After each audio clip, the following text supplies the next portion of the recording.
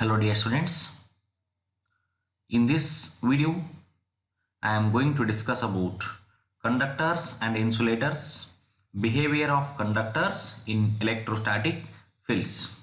All of you are already familiar with the definition of conductors and insulators, but shortly I will discuss about the conductors and insulators. On the basis of their behavior in an external field, most of the materials can be classified into two types. Conductors means here, on the basis of their behavior in an external electric field, most of the materials can be broadly classified into two categories. The first one is conductors. Here, these are the substances which allow large scale physical movement of electric charges through them when an external field is applied. Or simply, these are the substances which allow the movement of electric charges through them are called conductors. Silver, copper, aluminium, graphite, human body, acids, alkalines. These are the examples for this conductors. And insulators means here, insulators are the substances which do not allow the movement of electric charges through them when an external field is applied. For example, diamond, it is an insulator. Diamond does not allow to flow of electric charge through it. And glass, wood, mica or distilled water, ebonite, these are the examples for insulator. Here, the rubbed insulator were able to retain their charges placed on them. They are called dielectrics. The rubbed conductors or metals could not retain their charges placed on them but immediately drained away the charges. They are called non-electrics or non-dielectrics. Behavior of conductors in the electric field. When these are placed in electrostatic fields, the conductor, it shows different properties. First property is net electric field intensity in the interior of a conductor is zero. First property is net electric field intensity in the interior of a conductor is zero. Suppose if you consider this is a conductor, this is a one conductor. Yes, here this is a one conductor. The net electric field intensity in the interior of a conductor is zero. Here, observe this diagram. When the conductor is placed in an external electric field, this is the external electric field. When this conductor is placed in an external electric field, its free electrons begin to move in opposite direction. Here, this is the reason of external electric field.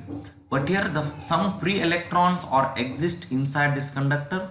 These free electrons are begin to move in opposite direction. See here, the negatively charged electrons are move towards this external positively charged electric field, and the positive charge inside these conductors are move towards the negative charge of the external electric field, so that the free electrons begin to move in the opposite direction of external electric field.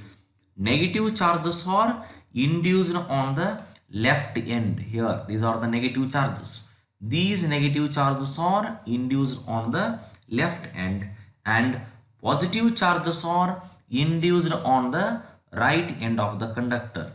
The process continues till the electric field induced set up by the induced charges becomes equal and opposite to the field of external electric field. Then the net electric field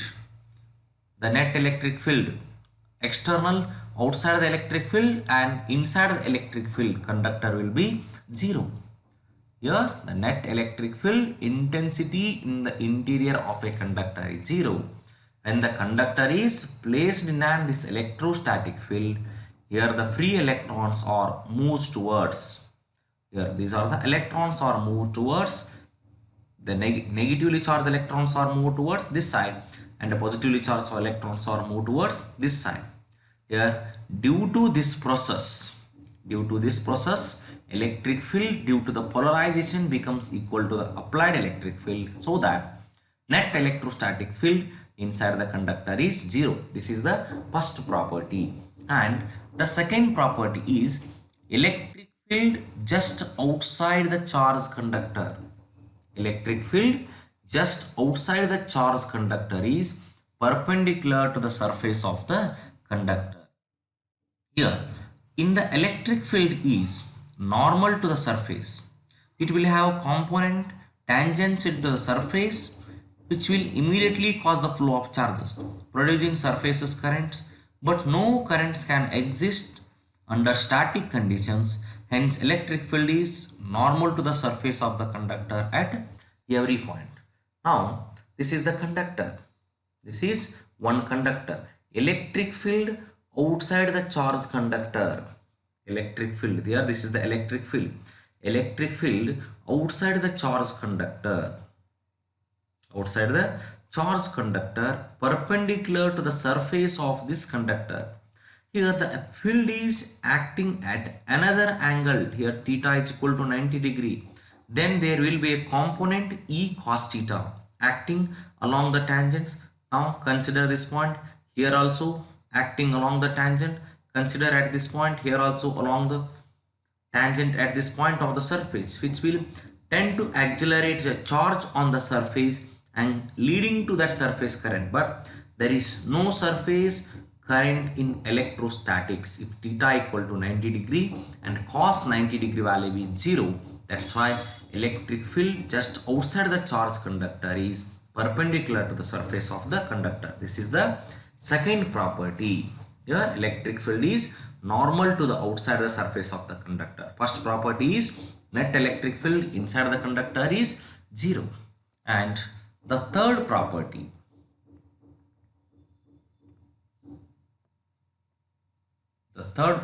is net charge in the interior of a conductor is 0.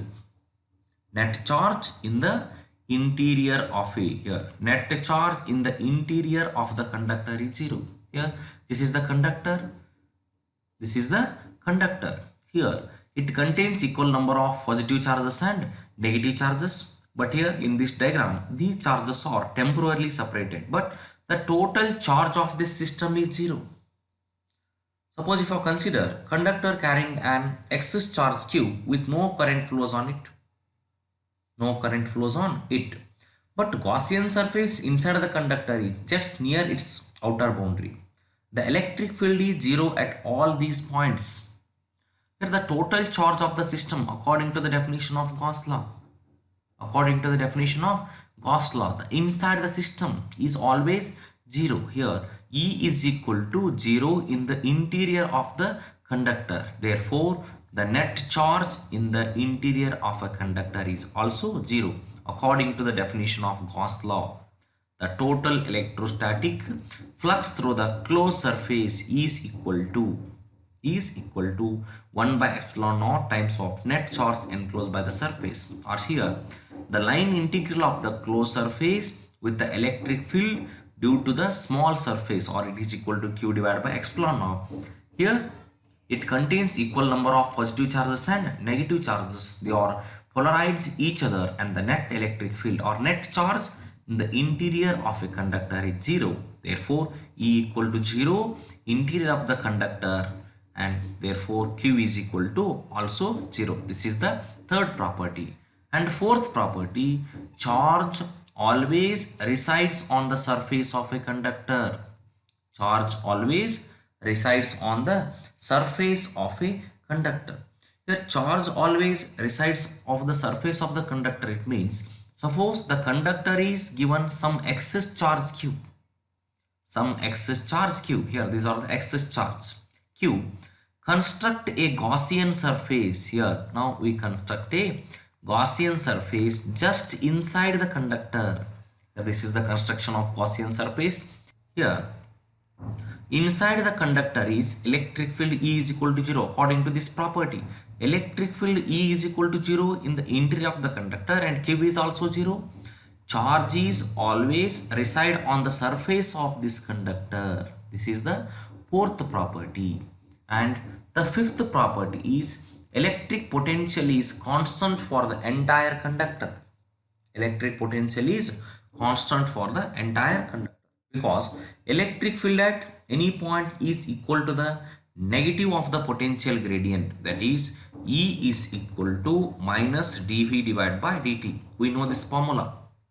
But here inside the conductor is E is 0 and E has no tangential component on the surface. Therefore dV divided by dt is equal to 0 or V is equal to constant. Hence the electric potential is constant throughout the volume of a conductor and has the same value on its surface. Thus the surface of a conductor is an equipotential surface.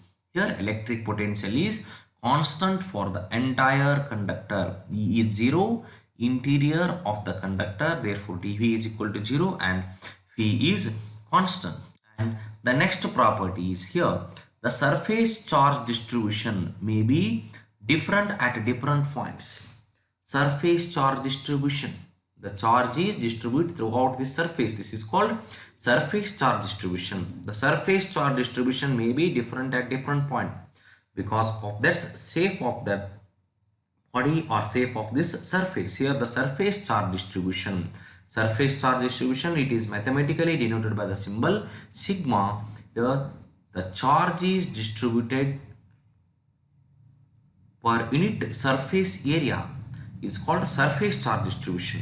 Every conductor is an equipotential volume. It is a 3-dimension rather than just an equipotential surface. It is a 2-dimensional volume. Here electric field at the surface of a charged conductor is proportional to the surface of the charge density. And also another important property is that is electrostatic shielding. Here